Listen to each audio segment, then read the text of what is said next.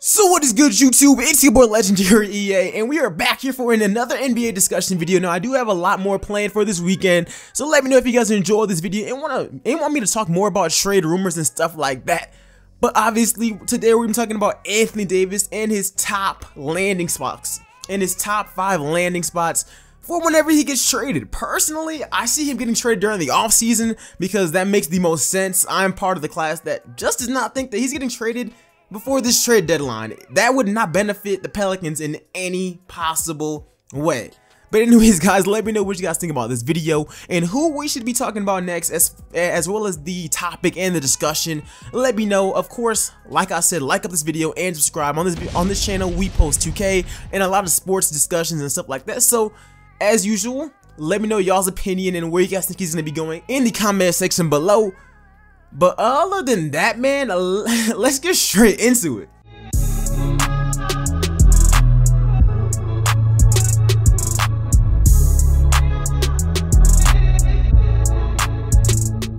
Alright guys, so obviously we're going to be doing my top 5. Obviously, there's a lot of teams that could possibly trade for AD. I'm pretty sure every team will have an offer. Every single last one of them.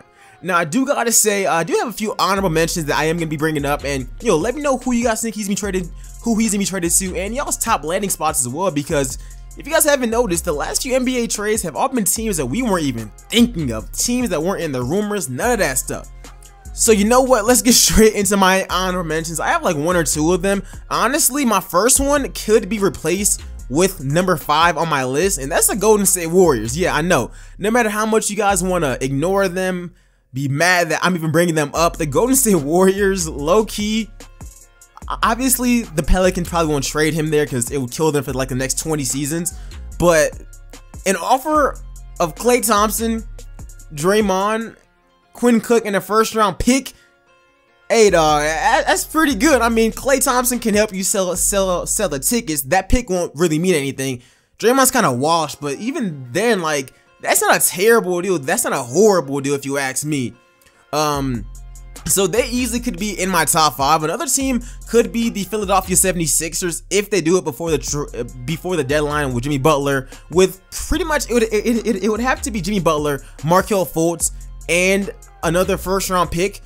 So once again, I'm not really feeling that deal if I'm the Pelicans. But that is something that they could definitely bank on if they still have faith in Markelle Fultz and stuff like that. Those are my only 2 real honorable mentions. Like I said, man, we've seen so many random teams come out of the woodworks and make the trade. So who knows? Maybe next season he's on the Brooklyn Nets. He's on the Wizards. We really don't know, because like I said, this could be mad random unless he specifically asks for a team. But other than that, let's get into my number 5 team, and that is the Toronto Raptors. Now, this trade would most likely include OG Anunoby, Pascal Siakam, Fred VanVleet, or Kyle Lowry, one of those 2, and another player just to make the salaries match. Now, there's definitely going to be better offers, but this isn't a horrible deal for the Pelicans. First off, they get him out of the Western Conference. They get a little bit of value back, but like I said, man, there are like, AD's one of those players where teams are going to be offering New Orleans a super mega bag. I don't think he's going to this one, but I mean, they are top 5. I gotta at least give them that. So let's move on to my number 4 team. Normally, all my videos like this are pretty short, so I'm only gonna really tell you guys the trade offer, my opinion on it, and then move on. So at number 4, we got the New York Knicks. Now, to be honest, this deal would still be a really solid, trade for the Pelicans. It would have to include this year's first-round pick, which could possibly end up being number 1. Frank Ntilikina, which is Tim Hardaway for the contracts, and possibly another asset. Now the Pelicans would obviously be locked for like a top 3, top 5 draft pick and some role players, but I see this being better than the Raptors deal. But in reality, has New Orleans really showed us that they are great drafters other than Anthony Davis? I don't even think that this really helps them. I think that with this offer, the Knicks kind of lose out, because what if they draft a Zion? What if they draft a whole lot of other stuff? I mean, unless Kevin Knox is in this deal, which I highly doubt he is, if I'm New Orleans, I probably won't entertain it at all. Just my simple thoughts on it. So let's move on to the next team. At number 3, we have the Portland Trailblazers. Now, this deal would obviously include CJ McCollum, Zach Collins, and a first-round pick.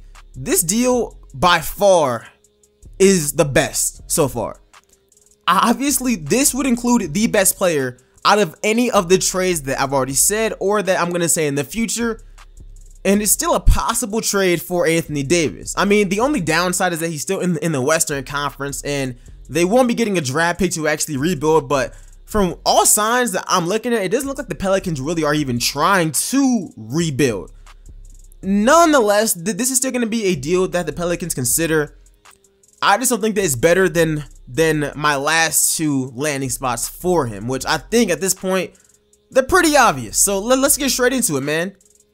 At number 2, we have the Los Angeles Lakers, which means you guys know who's number 1. But obviously, the LA Lakers are there. Now, I highly doubt that the Pelicans fold and trade AD to the Lakers unless he comes out and publicly says he wants to be a Laker.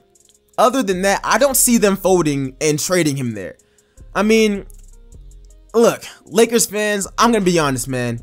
For this trade, you guys have to send everybody. You guys are going to trade them Lonzo, Kuz, BI, and another filler player, and possibly more draft picks. Yeah, and don't tell me it's too much, because honestly, we already know for the most part who these players are. And I know people can say, oh, you can't really judge because of D'Angelo Russell, but Lonzo has shown us he's not really aggressive. Kuzma is great, but Kuzma is older than like most of the other young assets on my entire list. So that's not really that enticing either.